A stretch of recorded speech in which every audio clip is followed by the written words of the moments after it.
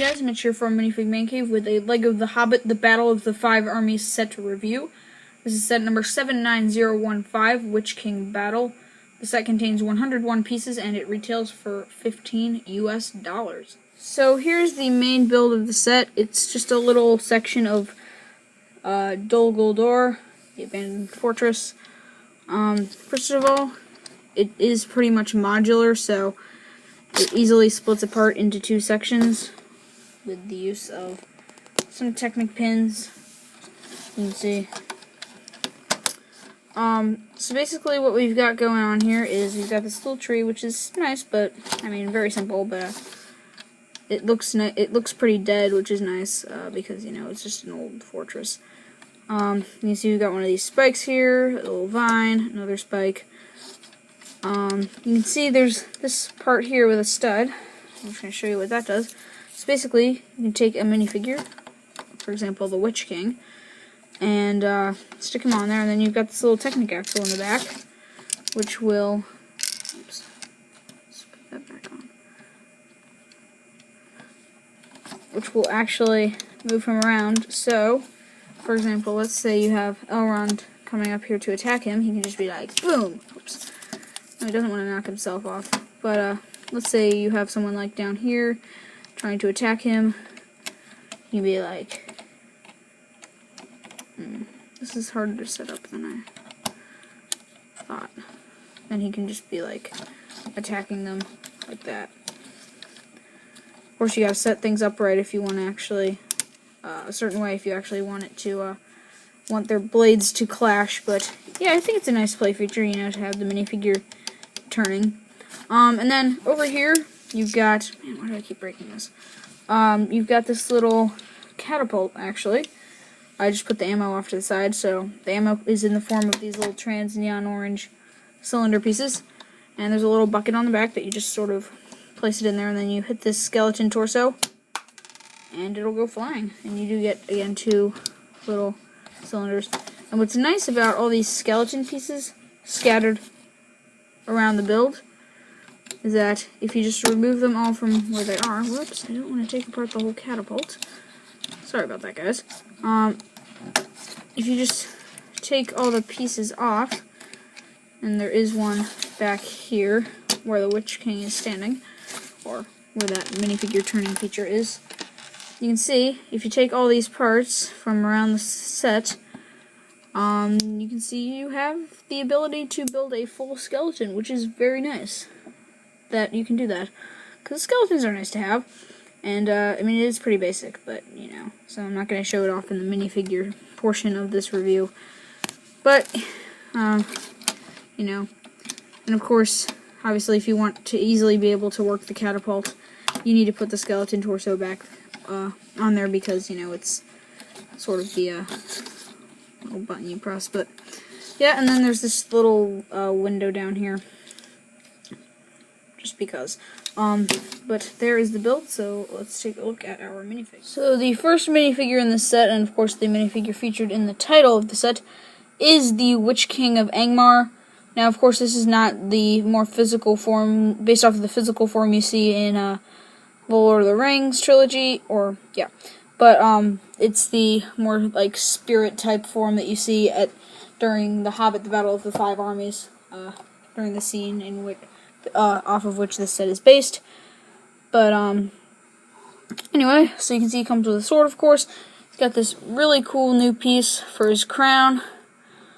It is a rubbery mold, however, that doesn't detract from how awesome it is, in my opinion. Very cool crown, and I can see it being used for a lot of different things. Very nice printing on the front and back of the head, as well as on the torso. The torso actually looks really great, guys. You can see all the little intricate details, and of course some very nice leg printing as well. Now, he does have a very cool tattered white cape, but let's take a look at the back printing on the torso under that cape. So there is the back printing on the torso, which is under the cape, and yeah, now one other feature of this minifigure is that he has a glow-in-the-dark head, so Just going to do this, and boom. Sorry about how grainy everything becomes, but you can see there his head is glowing, and it does glow a lot better, of course, the darker of an area you are in. But there is your Witch King of Angmar.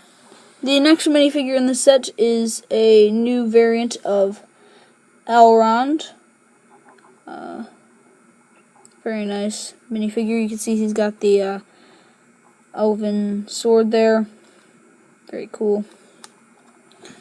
Standard hairpiece that we generally see on Elrond minifigures with the nice gold crown. Very cool.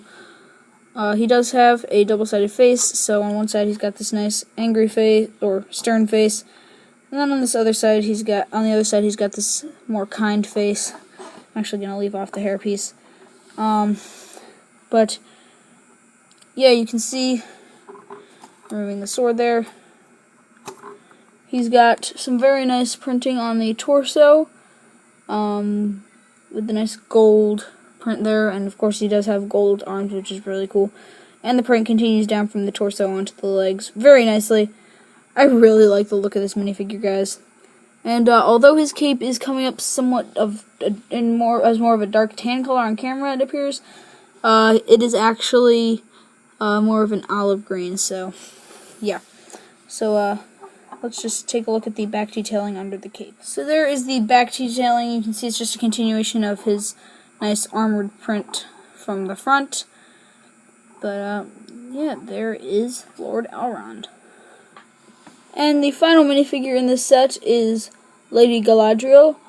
You can see she's got the same hairpiece mold as Elrond. However, the hair itself appears to be gold in color, and the crown is silver. So that's very nice. She too has a double-sided face, so she has this fairly normal, serious face. And then you turn it to the side, and she's got this, like, crazy, screaming face going on, which is part of the scene. If you've seen Battle of the Five Armies, you know what I'm talking about. And it also sort of appears in Lord of the Rings, The Fellowship of the Ring, when she's talking to Frodo about the ring, and she gets all crazy. But, anyway, you can see she's got the Light of Arendelle, I believe it's called, in her hand there. And very intricate printing on her dress. You can see all these little tiny lines there. Let's see if I can zoom in on that a bit better. There you go. Look at all of that. That is a lot of detail, guys. Lots of intricate details on the dress. And she's got some sort of like necklace thing going on there. And then her cape, it looks white here, but if you turn it around to the back, it is, in fact, like glittery and sparkly, sort of like Vitruvius's cape in a way. And this is a really, really cool design. It's a really soft fabric as well, which is nice. But yeah, let's take a look at the back printing under this really awesome cape. So once the cape is removed, the back printing on this figure is actually kind of basic. But I mean, it's a really nice continuation of the dress print from the front, and I think it's really awesome. So yeah, there is Galadriel, and that rounds off the minifigures. So let's go finish off this review. So overall, guys, I'd say that I think this is a pretty cool set. However, I feel like the main draw here is the minifigures. The build is alright, but it's more of a glorified display stand, in my opinion. Although there are some nice parts in it, which is good. But I mean, all three minifigures being exclusive, and you know, the glow-in-the-dark head, and the crown for the Witch King, and the cool capes and all that, really make this set worth picking up. And I mean, yeah, that's really going to do it for this review. I'd say just pick this up. If you're interested in the minifigures, pick this up. If you're not, I'm not really sure if there's a point in picking it up. But anyway, guys, that's going to do it for this review. As always, thanks for watching, and I will see you all next time.